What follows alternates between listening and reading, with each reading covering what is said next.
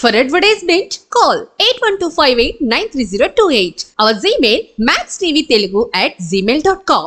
Max TV ప్రేక్షకులందరికీ నమస్కారం అండి.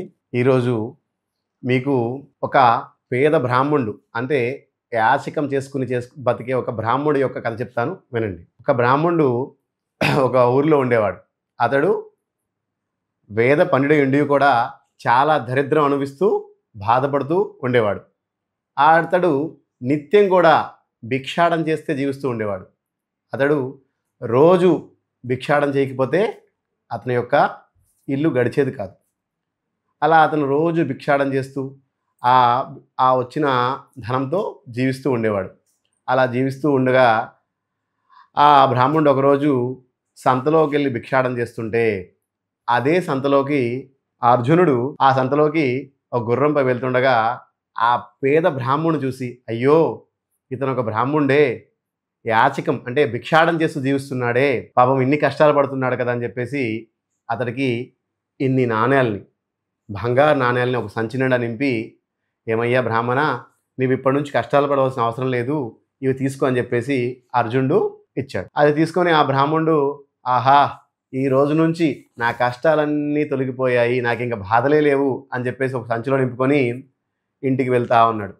ఇంటికి వెళ్తా ఉంటే మధ్యదారిలో ఒక దొంగొచ్చి ఆ బ్రాహ్మణుడి యొక్క ధనాన్ని అపహరించి అతన్ని బెదిరించి కొట్టి ఆ ధనాన్ని అపహరించుకొని వెళ్ళిపోయాడు. దానికి ఆ బ్రాహ్మణుడు చాలా చింతించి, అయ్యో ఈ రోజుతో నా కష్టాలన్నీ తొలగిపోయాయి అనుకున్నానే, కానీ మళ్ళీ రేపటి నుంచి యథావిధిగా నా భిక్షాటన నేను చేయాల్సిందే, నాకి దారి తప్పదు అని చెప్పేసి మళ్ళీ మరుసటి రోజు ఉదయం మళ్ళీ భిక్షాటనకి వెళ్ళడం మొదలుపెట్టాడు. అలా కొన్ని రోజులు మళ్ళీ భిక్షాటన చేశాడు. మళ్ళీ కొన్ని రోజుల తర్వాత ఒకరోజు అతను అడవి దారిలో పోతుండగా అర్జునుడు కనిపించాడు. ఏమయ్యా బ్రాహ్మణోత్తమ, నీకు ఇంతకుముందు ఇన్ని బంగారు నాణాలను ఇచ్చాను కదా, అవన్నీ ఏం చేసావు, అప్పుడే పాడు చేసావంటే, స్వామి ఒక దొంగ నా వద్ద బంగారు నాణాలన్నింటిని కూడా అపహరించాడు, మరి ఏం చేయాలి స్వామి, తర్వాత నా బతికిదే కదా, అందుకే యాచన చేస్తున్నాను అని చెప్తాడు. యాచన చేస్తున్నాను అని చెప్తాడు. అది విని ఆ అర్జునుడు బాధించి ఒక విలువైన వజ్రాన్ని ఇస్తాడు.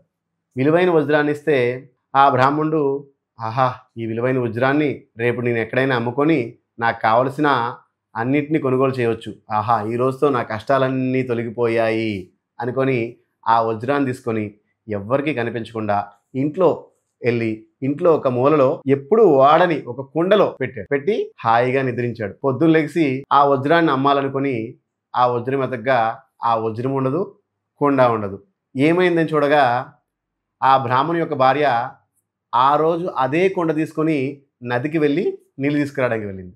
వెంటనే అతను నదికి వెళ్ళేసరికి, నేను ఇప్పుడే ఈ కుండ కడిగానే అని చెప్తుంది.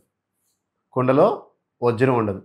వజ్రం ఉండకపోతే బాధించి, నా జీవితం ఇంతే, నేను ఎన్ని చేసినా నాకు ఎంత వచ్చినా కూడా నేను బాగుపడను, నా దరిద్రం ఇంతే ఉంది అని చెప్పి ఆ బ్రాహ్మణుడు మళ్ళీ బాధపడి మళ్ళీ తన యొక్క సంచి తీసుకొని భిక్షాటనకి బయలుదేరాడు.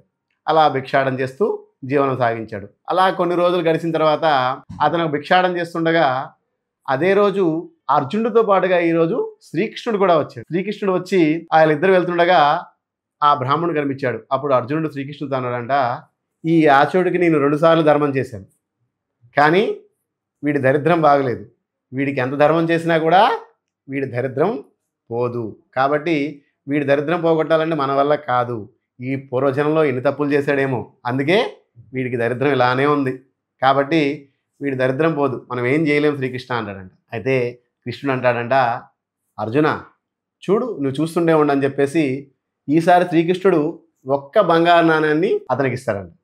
అతనికి ఇగానే అప్పుడు, ఆహా అర్జునుడు సంచి నిండా నాణ్యాలు ఇచ్చాడు, ఒక విలువైన వజ్రం ఇచ్చాడు, నాకేమీ నా దరిద్రం పోలేదు, ఈ శ్రీకృష్ణుడు ఇచ్చిన ఈ ఒక్క బంగారు నాణ్యంతో నా దరిద్రం పోతుందా అని చెప్పేసి ఆ బ్యాగ్లో వేసుకొని వెళ్తా ఉన్నాడంట. వెళ్తా ఉంటే కొంచెం దూరం వెళ్ళేసరికి ఇతనికి ఇంటికి వెళ్ళే దూరంలో కొంచెం దూరంలో ఒక జాలారి ఒక చేపను పట్టుకొని వెళ్తున్నాడు. ఆ చేప గలగల గిలగల కొట్టుకుంటా ఉన్నది. కొట్టుకుంటా ఉంటే ఆ బ్రాహ్మణుడు చూసి బాధించి, అయ్యో నేను ఈ ఒక్క నాణెంతో ఎలా నా కష్టాలన్నీ తీరవు, కనీసం ఈ ఒక్క నాణెంతో ఆ చేపనైనా బతికిస్తాను అని చెప్పేసి ఆ జాలారికి ఆ ఒక్క బంగారు నాణ్యాన్ని ఇచ్చి ఆ చేపను తీసుకొచ్చి తన ఇంట్లో ఒక నీలకుండిలో పెట్టాడండి. నీలకుండిలో పెట్టగానే ఆ చేప నీలకుండిలో ఇంకా అలానే కొట్టుకుంటా ఉన్నది. అప్పుడు ఆ బ్రాహ్మడు భార్య వచ్చి, ఏమండి, ఈ చేప నోట్లో ఏదో ఉన్నట్టున్నది, అందుకే ఈ చేప అలా అలా కొట్టుకుంటా ఉంది అని అన్నది. ఏంటి అది చూద్దామని చెప్పేసి చూస్తే ఆ చేప నోట్లో చేయబెట్టగానే ఇంతకుముందు అర్జునుడిచ్చిన వజ్రము అందులో ఉంది. ఆహా, ఇంత ఎంత పుణ్యము, నాకు కావాల్సింది నాకు దొరికింది, నాకు దొరికింది, నాకు దొరికింది అని చెప్పేసి ఇద్దరు గెంతులు వేస్తుంటే, నేను పట్టుకున్నానని గెంతులు వేస్తుంటే, ఇంతలోనే ఈ బ్రాహ్మణుడి ఇంటికి ఒక దొంగతనానికి వచ్చాడు. దొంగతనానికి వచ్చి ఆ బ్రాహ్మణుడు చూసి, అయ్యో, ఇంతకుముందు ఇతని దగ్గరే నేను బంగారాన్ని దోచుకున్నానే, వీడు దొరికింది అంటుంటే నేనే దొరికానేమో, ఇతను వెళ్ళి రాజభటులు తీసుకొచ్చి నన్ను పట్టిస్తాడేమో, నాకు శిక్ష తప్పదేమో అని చెప్పేసి వెంటనే ఆ బ్రాహ్మణుడి కాలుపైన పడి, స్వామి క్షమించండి, నేను ఇంతకుముందు మీ దగ్గర బంగారాన్ని దోచుకున్న మాట నిజమే, కానీ మీ బంగారాన్ని మీకు ఇచ్చేస్తాను, నన్ను మాత్రం రాజభటులకి పట్టించకండి అని చెప్పింది. చెప్పగానే అప్పుడు ఆ బ్రాహ్మణుడు మళ్ళా సంతోషించి, అయ్యో, నాకు బంగారము దొరికింది, వజ్రము దొరికింది అని చెప్పి చాలా సంతోషించి మరునాడు ఉదయం నిద్ర లేవగానే స్నానం చేసుకుని వెంటనే అర్జునుడి దగ్గరికి వెళ్ళి, స్వామి, నాకు ఇలా జరిగింది, బంగారం దొరికింది, వజ్రం దొరికింది అని అంటే, అప్పుడు అది విని సరే సంతోషం అని చెప్పేసి ఆ బ్రాహ్మణుడిని వెళ్ళిపోమని చెప్పి అప్పటి నుంచి ఆ బ్రాహ్మణుడు అష్టైశ్వర్యాలతో చల్లగా తులదూగుచూ ఉండేది. అయితే ఈ విషయాన్ని అర్జునుడు శ్రీకృష్ణుడిని అడిగాడు.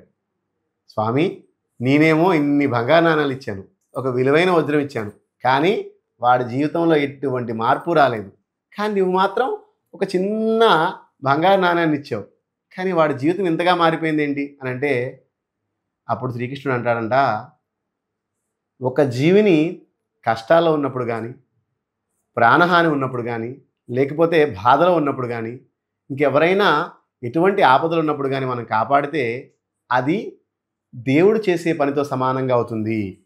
కాబట్టి ఆ బ్రాహ్మణుడు నేనిచ్చిన ఒక్క నాణ్యాన్ని ఇచ్చి ఒక చేప యొక్క ప్రాణాన్ని కాపాడాడు.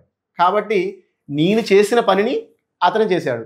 కాబట్టి అతను ఇక్కడి నుంచి మంచిగా ఉండాలనే మంచిని అతనికి నేను ప్రసాదించాను. కాబట్టి ఇప్పటి నుంచి అతడు చాలా మంచిగా ఉంది. ఇది ఈ కథలో నీతి అని శ్రీకృష్ణుడు చెప్పగానే అప్పుడు అర్జునుడు అన్నాడంట, స్వామి, మీరు మహానుభావులు, మీరు ఏది చేసినా ఇలానే చేస్తారు అని చెప్పి అతనికి నమస్కారం పెట్టి అక్కడి నుండి వెళ్ళి. ఇది ఈ కథ అండి. అందరి ప్రేక్షకులకి నమస్కారం, ధన్యవాదాలు.